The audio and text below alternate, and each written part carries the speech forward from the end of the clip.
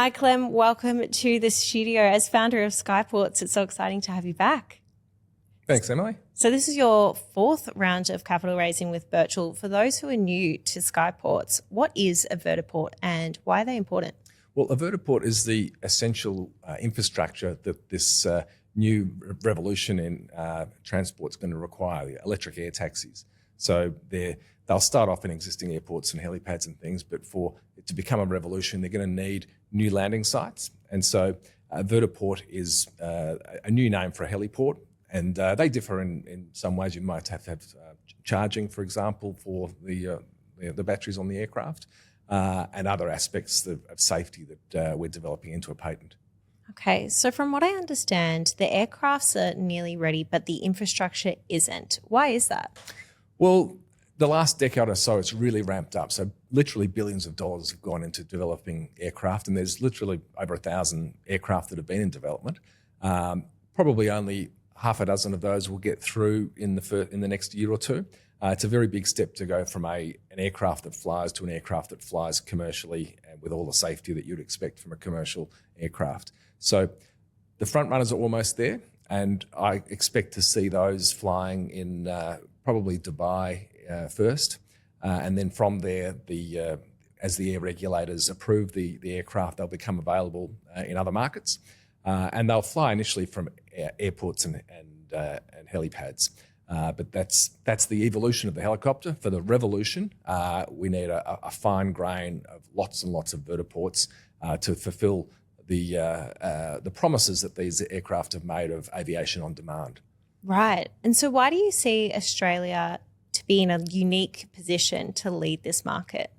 Yeah, look, we've got a very forward-thinking air regulator in CASA. When drone deliveries first started off with Google's Wing delivery service, they started in Canberra, and many years before they were permitted to start back in the States. So we've got a forward-thinking regulator. We've got a regulator that's preparing the skies for this.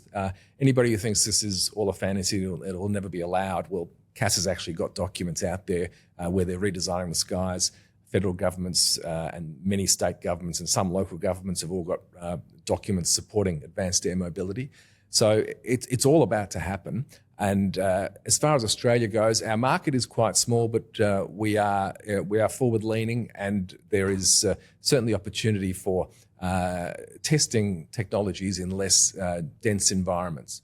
But the bigger market, though, for the product we're developing, our vertipad patent, is probably overseas, where there's going to be a much bigger market to explore. So can you walk us through the scale of the opportunity, both nationally and globally? Well, I envisage that in capital cities, governments might set up half a dozen vertiports, and they'll be like mini airports, and for multiple aircraft, multiple people transiting through. And so that'll be quite exciting. But where the real market opportunity lies with this vertipad patent we've developed, which is just a small landing surface, modular landing surface, is enabling private property owners to join the network. So we're anticipating that a shopping centre might see the aircraft flying around and think, wouldn't it be great if our customers could arrive by aircraft? How can we get them to land on our car park? Now, they could paint a circle on the car park and say, well, we've got a vertiport, but that wouldn't satisfy a whole lot of things that our patent does. And we're aiming to have a product that can be installed in a few days at a minimal cost.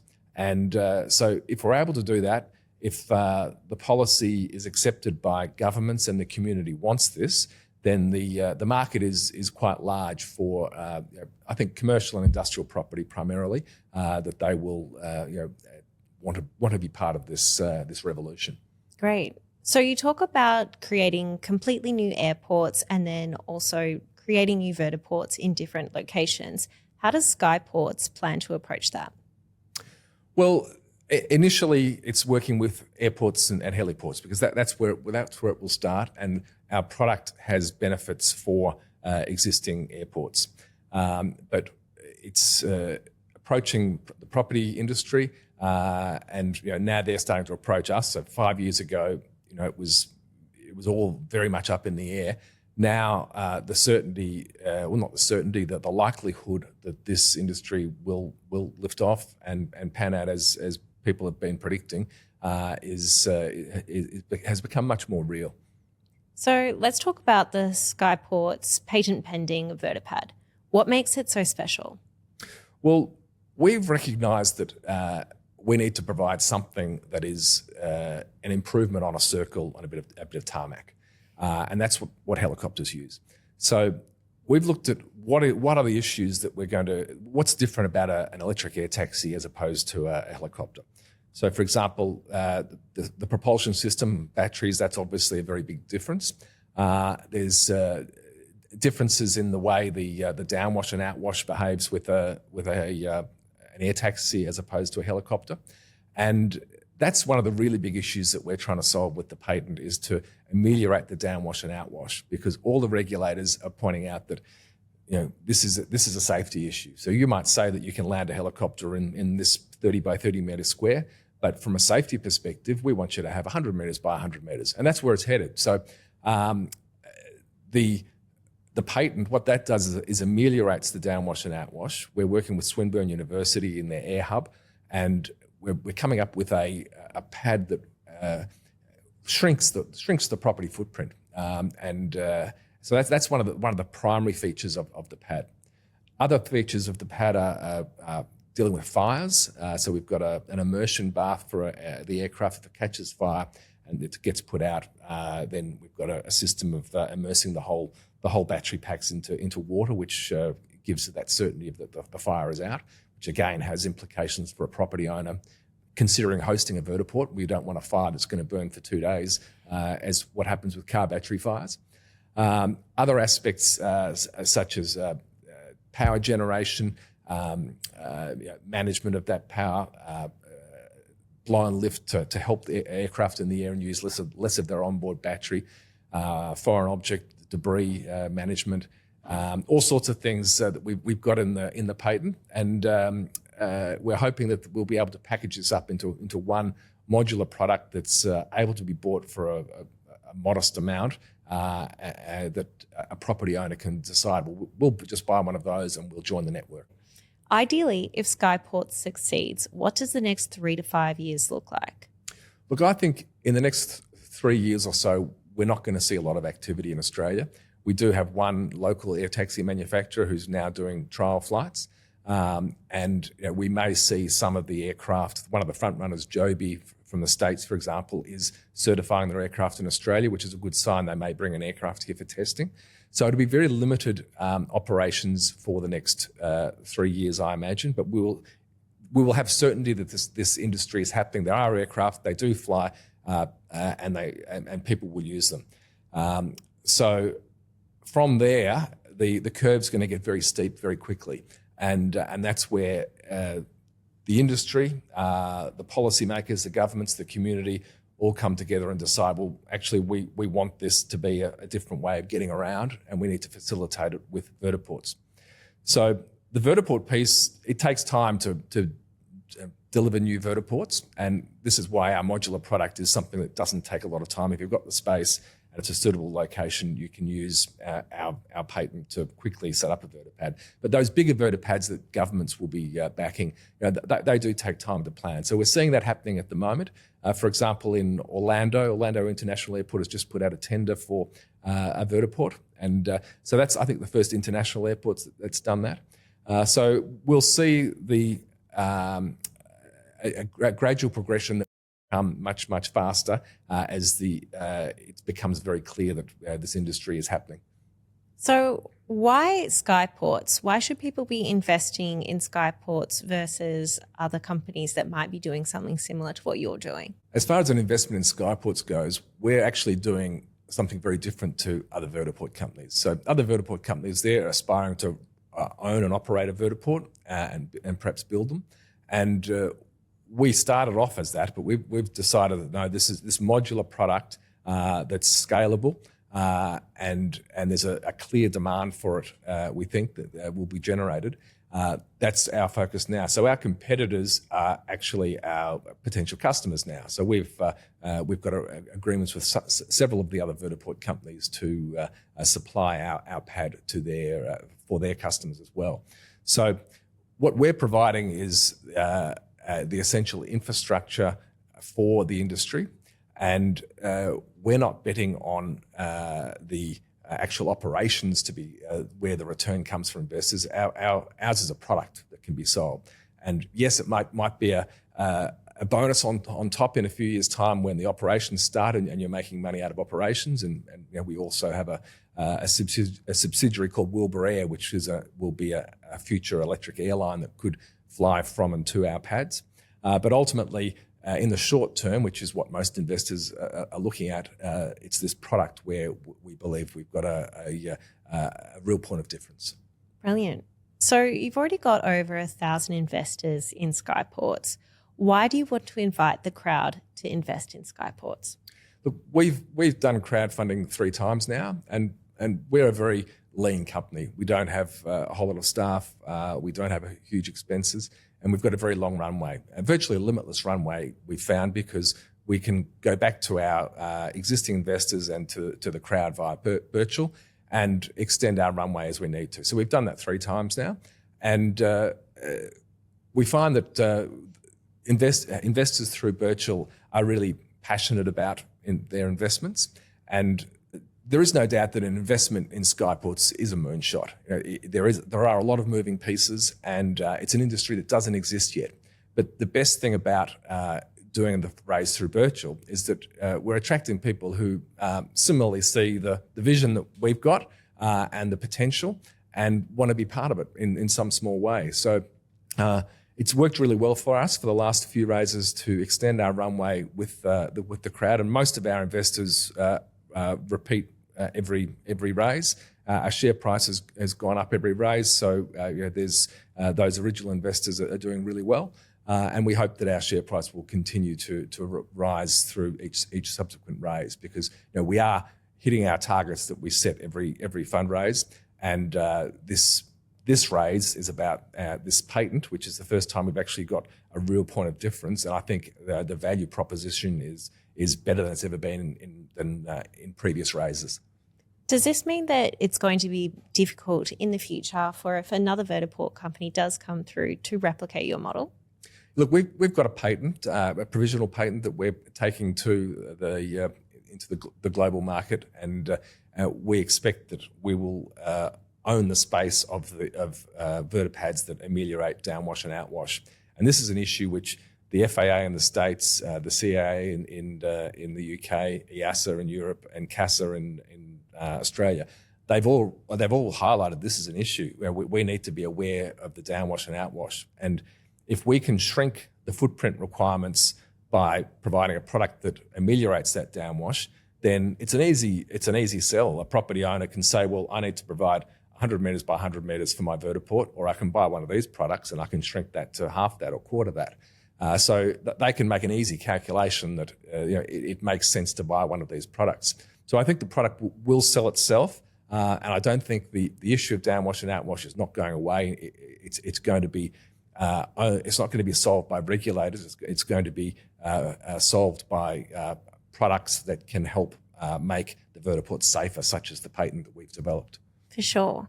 So there'll be a lot of questions around government regulations on vertiports in Australia and the upcoming potential vertiport network.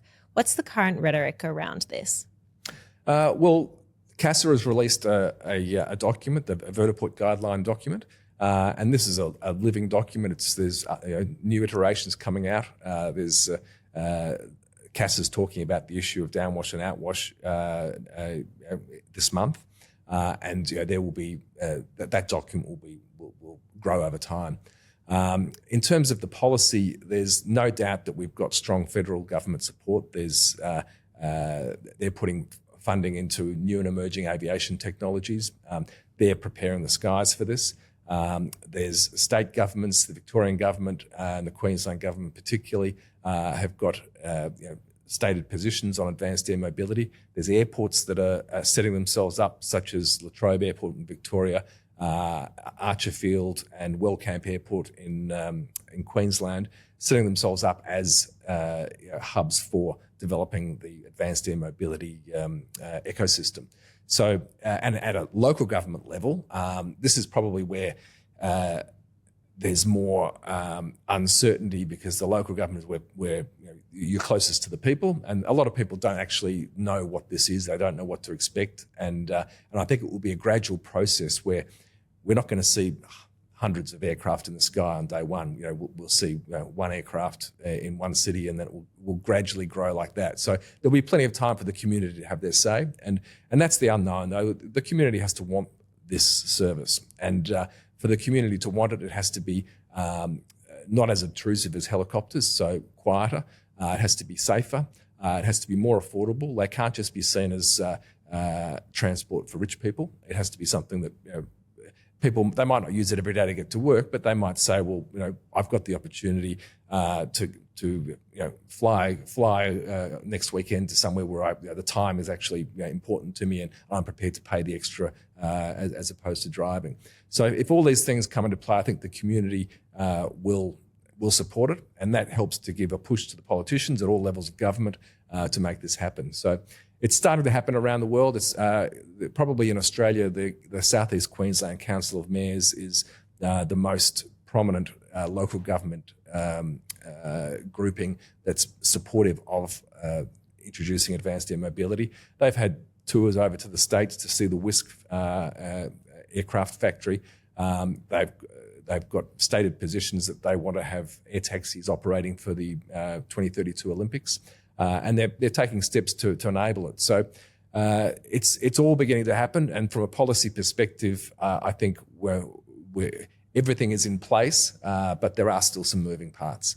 So if the government gives the AOK and sets everything into motion, and there's a vertiport network actually going in Australia, what does that look like for everyday Australians?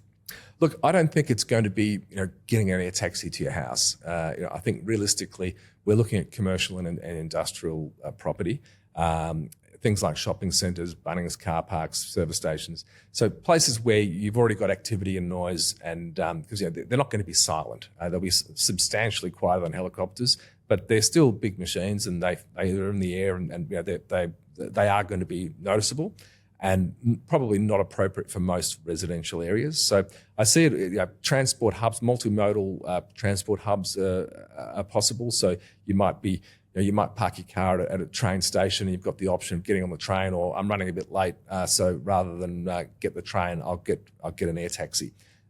So I think there's opportunities for vertiports in transport corridors, multimodal hubs, commercial properties. So I expect that there'll be, ideally we want to have the situation where people will have a vertiport within reasonable reach of where they live or where they want to go to, and that it will make sense for them to spend that extra money to get there faster. And what does this mean for regional connectivity? Regional connectivity is one of the policies that federal government is pursuing. We're probably not congested enough in Australia to justify a lot of inner urban air taxis. There's no point getting in a air taxi one end of town and flying to the other end of town. It might make sense in a congested city such as Mumbai, where you might sit in a cab for 2 hours. But in Australian cities, I don't think that's going to be the usage. So, and that's good because it means that we're not talking a sky with hundreds of aircraft in it. These will be longer trips, and they'll be connecting people to areas that are further afield. So regional connectivity is a really, really big piece that the federal government's pushing. And for the really long range connectivity, then we're looking at aircraft which will have hybrid power sources. So they're not limited by the battery life that the purely electric battery powered aircraft are. Right. So as we've said, this is your fourth fundraising round with Birchall. Why should investors be coming in now? Why is this a pivotal time? Look, I think now this is still a moonshot, but it's a way less of a moonshot than it was in our first raise. The first raise, it was an idea. There was billions of dollars going into the aircraft, and I could see that for them to fulfill their potential, they need lots and lots of vertiports. And that's still the basis of why vertiports are important. These aircraft are going to be amazing, but they can't do what they say they're going to do unless they've got vertiports. So we're at the point now where a lot of the risk has been taken out. The risk in terms of the aircraft actually being able to fly and be certified commercially, I think we're almost there. So I don't think there's any doubt we will have aircraft that are available to do what we want them to do. We've got policy support from all levels of government and from our air regulator, CASA. So they're preparing the skies. If we were trying to say we're going to convince CASA that they should allow these new form of aircraft to land all over our cities, then that would be a ridiculous proposition for a startup. But as a startup, we're responding to what's out there already, and I suppose we're getting ahead of the curve and looking at, well, okay, this is the policy. How do we help fulfill that policy? And so we're focusing on a bite-sized chunk of the ecosystem. We're not trying to design and build planes. We're providing the essential tools for the ecosystem to work. Absolutely brilliant.